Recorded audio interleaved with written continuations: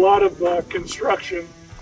I have a construction company that we started off with here almost 30 years ago.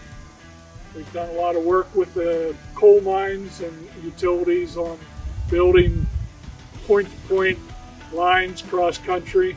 We needed a machine to do a lot of that work. Almost 17 years ago, I put together this track machine to meet those requirements. It's got aggressive track that allows us to get in, all of our locations regardless of the weather, the climate, the time of year. We can install bullet style teeth, if you will, spikes into the track to give us that extra edge on rock or severe climbing on ice, snow. One of the things that as an owner that I dislike is having to refurbish and clean things up all the time. So with the painted, sometimes you get them looking kind of old. The stainless steel, I really like. We don't have to maintain and paint it all the time. One of the other characteristics, it gives us a little bit of weight for the machine. To run a full-size boom, whether it's the digger that you see here or a bucket truck, you need some ballast to hold the machine in place. And 2/3 of our weight is below the turret and gives us that stability that we need, and we can set up on steeper grades than what you normally would with a road truck or other type of machine.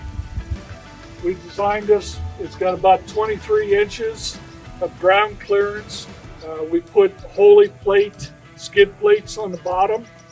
It allows us to sort of break a suction, and we've been in mud deep enough for that to happen, and it does work well. While it's out there in the weather, it allows that dirt and grime and stuff to wash out as well. Some of the other characteristics of it, we have an 18-foot outrigger spread. It gives us a lot of stability no matter what grade we set up on that and the ballast. Our tool holders are close, easy, that you can use, grab a hold of. We also have an adapter up there for the Kelly bar. We have a 30,000-pound recovery winch. Although we don't really need it a lot, there are times where we have to either tow off another machine or a tree or something to give us just that edge to get up over the hump. One of the other criteria that we wanted to do with this machine was it had to be able to be serviced locally and nationwide. Currently we've been working with Alltech and using their booms. They have a worldwide presence. We're able to call, get parts, get their technicians out to do that work no matter where it is. Caterpillar, we work with their OEM to get the Cat tracks, Cat engine. They've been very reliable units. Again, one phone call, we can get them out to service or work on the equipment. The other auxiliaries, we work here out of our facilities in Prosperity, and been able to fix just about anything over the phone or overnight express, whether it's a change out of the remotes that operate the machine or a hose or anything with the hydraulics. We've worked with Tektronix over the years to improve and make their remotes more reliable.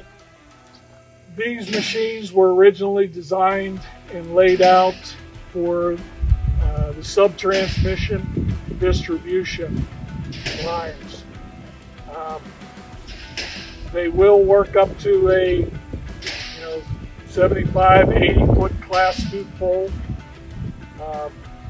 but you have very narrow right of way. Some of them is 30, 40 foot, and you have to stay on that right of way, in between homes or just virtue of the terrain and stuff, this is the machine that will get you in there and get the job done. We are currently using a Tier 3 engine. We do have it, the Tier 4 is starting to come in, and we are making those modifications to the machine.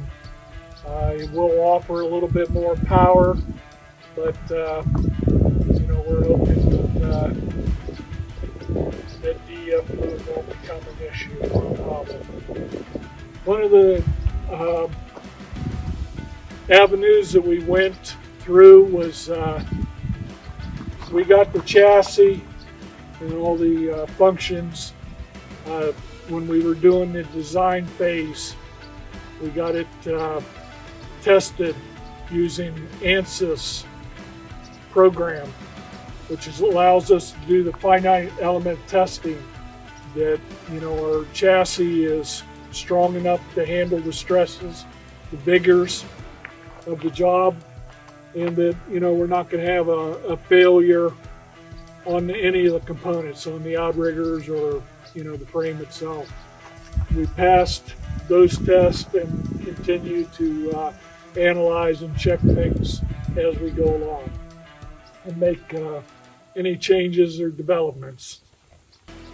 It does have all the conveniences of home. We can run our hydraulic tools. One of the features that we have that a lot of the bucket trucks don't have is these hydraulics will run independent of the boom. So you can have guys framing poles on the ground right there beside you as you're digging and prepping the hole. And these hydraulic tools can be added to, you know, our buckets as well.